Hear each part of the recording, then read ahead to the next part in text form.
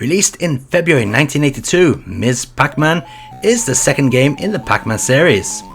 The game was developed by Illinois-based Midway Manufacturing, the North American distributor of the original Pac-Man, without the involvement or permission of Pac-Man's creator, Namco.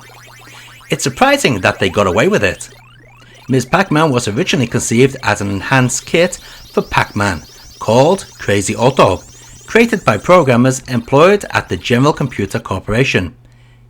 GCC took their ideas to Midway, who made a few changes in which resulted in the Ms. Pac-Man we all know today.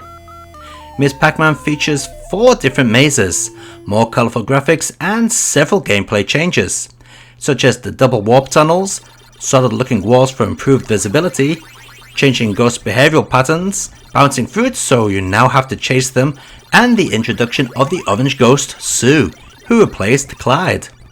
Sue would later go on to appear alongside Clyde and the other ghosts in the Pac-Man animated TV show.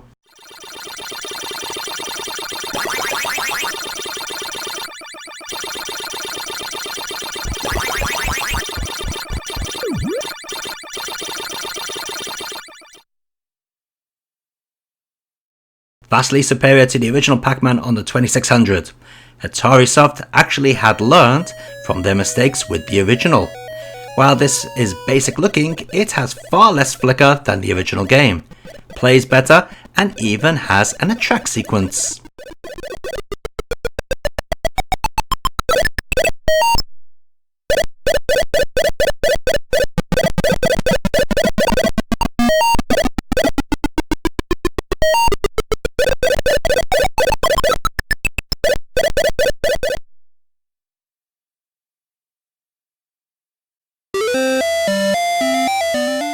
Looking better than the 2600 port, this 5200 version seems to play a little slower. It's funny how many ports on the 5200 are inferior to the 2600 in terms of playability. Still, at least this one has the intermission screens.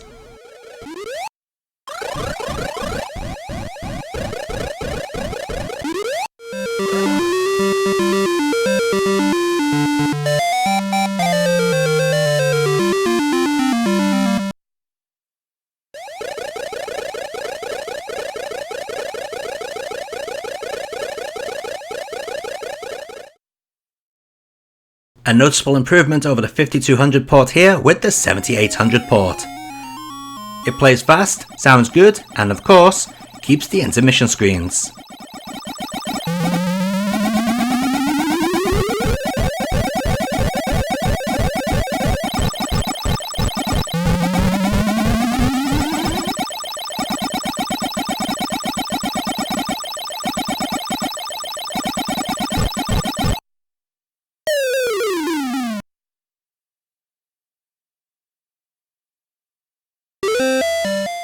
As with most Atari 8-bit home computer ports, this is basically the 5200 version.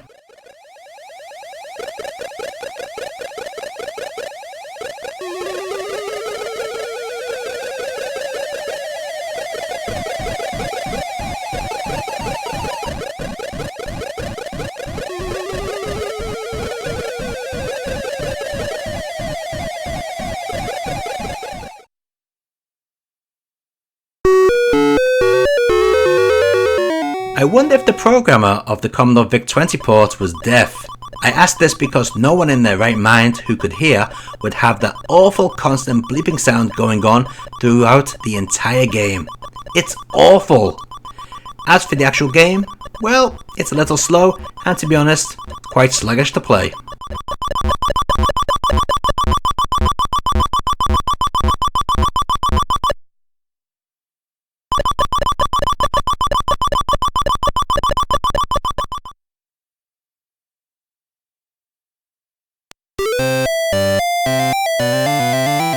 I'm really liking this Atari Soft port to the Commodore 64. It plays really well, sounds good, and has the intermission screens. Be aware that the NTSC version will play in PAL mode at the correct speed, but the music is slower.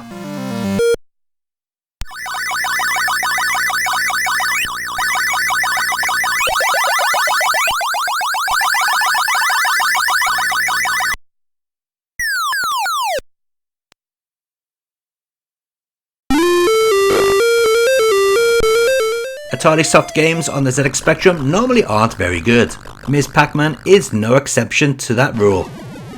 What is it with Atari Soft and the ZX Spectrum? Did they purposely set out to make turd ports for the system?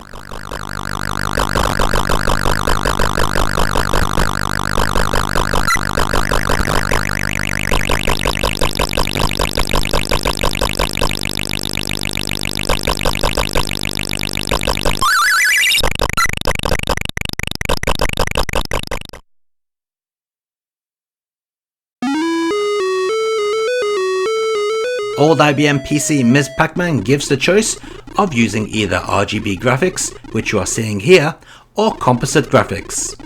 Sadly, I can't capture the composite mode, but I can tell you that it looks nicer than this. I think a special mention must go to the audio. It's pretty good considering it's all coming from the PC bleeper.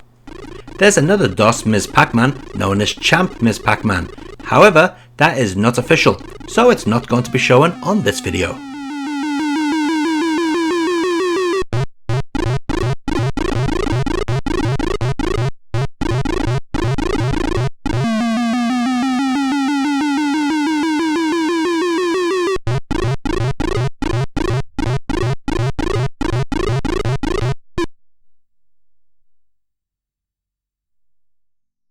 Oh my god!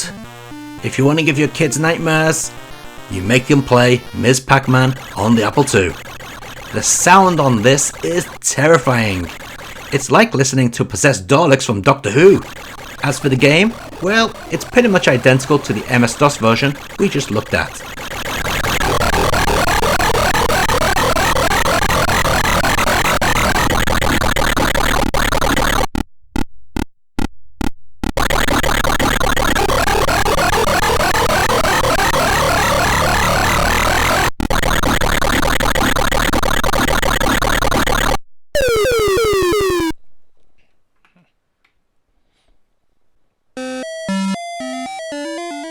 Ms. Pac-Man also made its way to the TI-99, and as you can see, it's not too bad at all.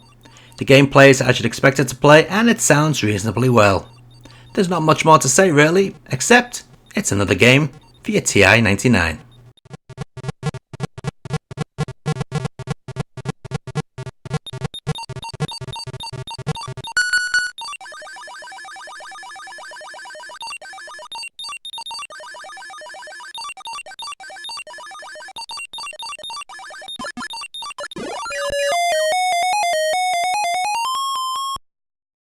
The Coleco tabletop game is basically the exact same idea that they used for their Pac-Man tabletop game. There is the addition of the bouncing fruit, but besides that, it's practically the same as the Pac-Man in terms of looks and playability.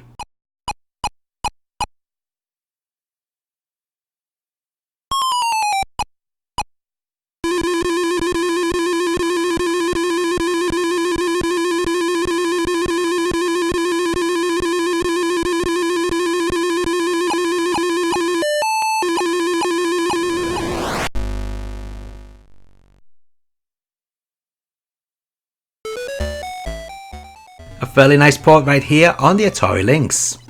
It does look quite pixelated on the big screen, but play this on an actual Lynx and you'll be a happy chappy.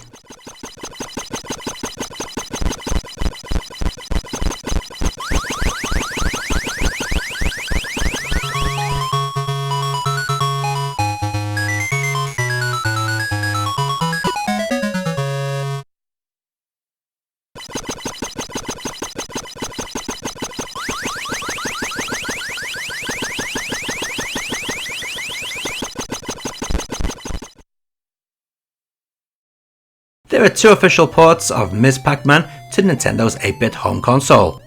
First up we have the Japanese official Namco release. This one is quite disappointing considering it is official.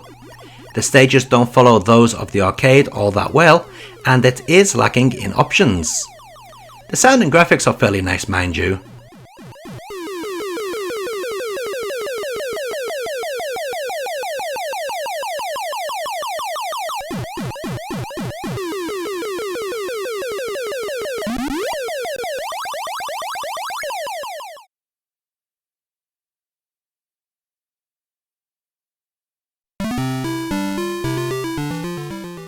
West got Tengen's unofficial port for the NES.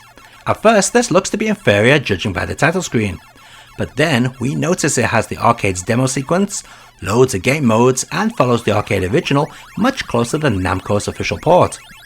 As for playability, I feel this one is a little faster than the Namco version and the Ghost's AI isn't as difficult.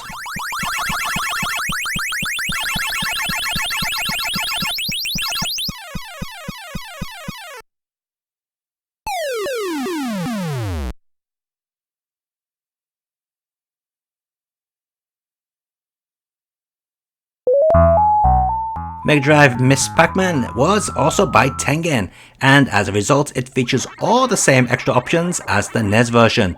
This is a pretty nice port with nice upgrades to the graphics.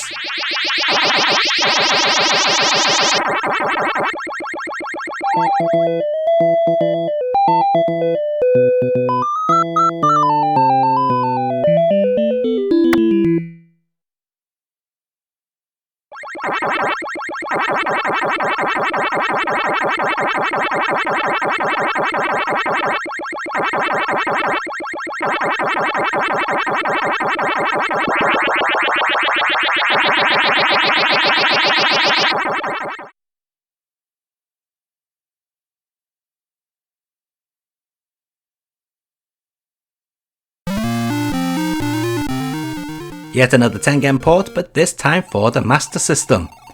Again, this features all the extra options and what seems to be a new modern look. Or at least, that's what I think Tengen were aiming for. I'm not sure I like the way the ghosts look in this port, but overall, it's rather nice.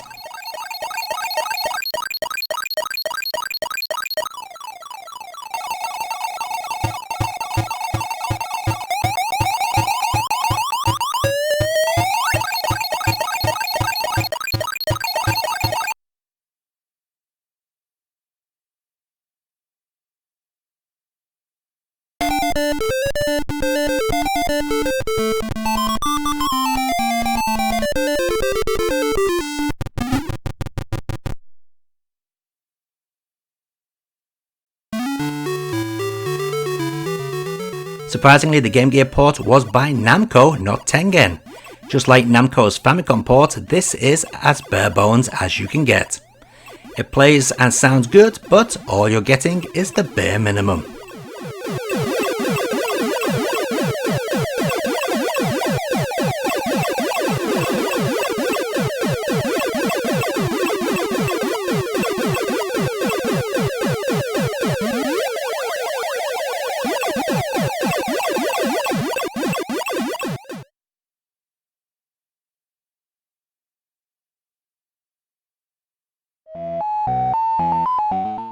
According to the Super Nintendo port's title screen, this version is by Digital Eclipse, but I have a sneaky feeling it's actually by Tengen, because what we have here is a 100% carbon copy of the Mega Drive version.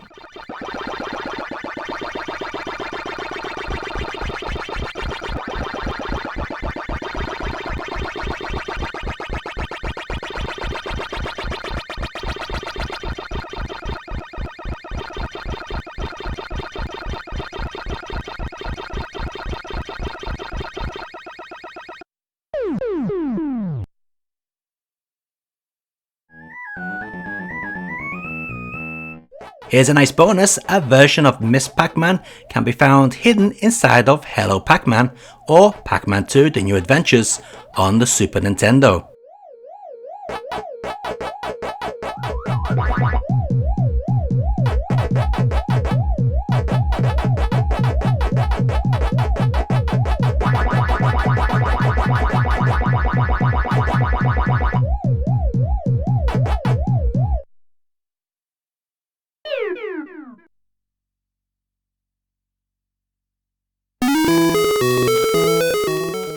Namco here again with another bare bones port. They really don't like putting much effort into their ports of Miss Pac-Man, do they? At least this port plays well.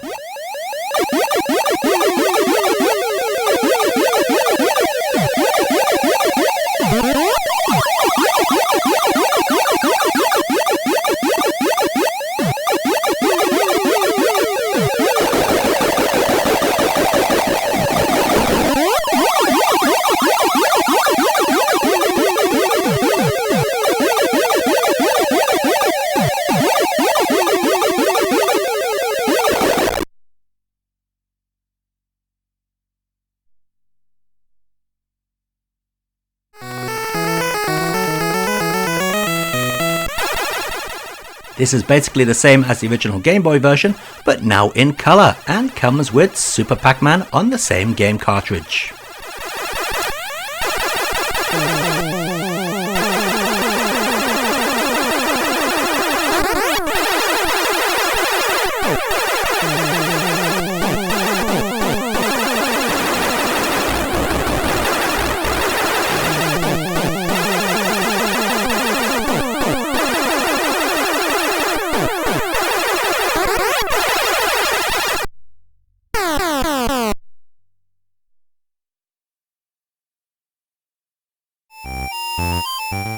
Developed by Mass Media and found upon the Namco Museum compilation for the Game Boy Advance, we find one ugly port. Rather than scrolling the playfield, Mass Media have squashed everything down onto the Game Boy Advance tiny low resolution screen, resulting in a port with next to no detail. It's so bad that the large power pellets are just crosses.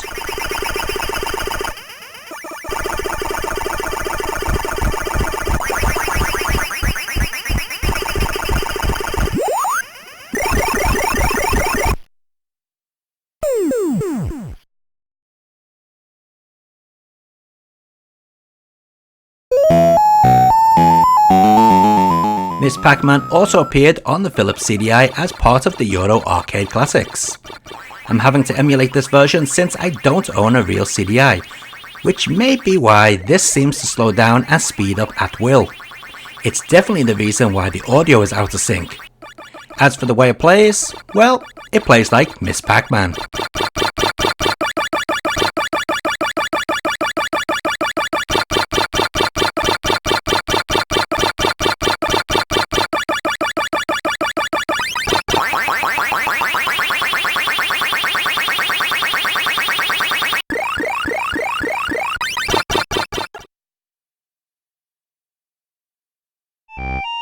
Here we are with the PlayStation port, which can be found on Namco Museum 3.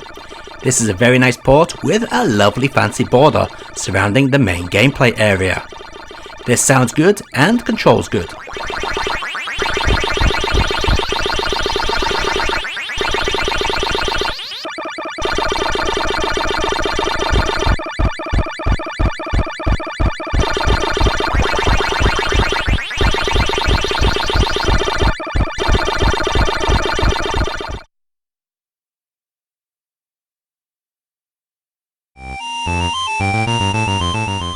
Mass Media brought us the N64 port, which is very similar to the official Namco port on the PlayStation, but now with those special N64 smeary looking graphics.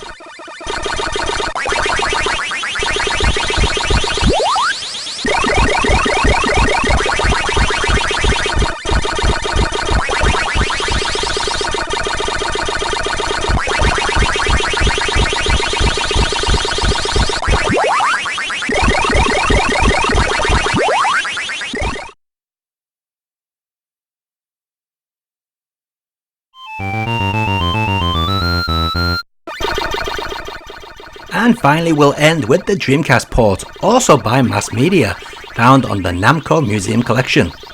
This is an actual port, not an emulation of the arcade ROM, which is surprising since the Dreamcast could easily emulate the arcade ROM perfectly. Anyway, as a result, we get a port very similar to the PlayStation 1 by Namco.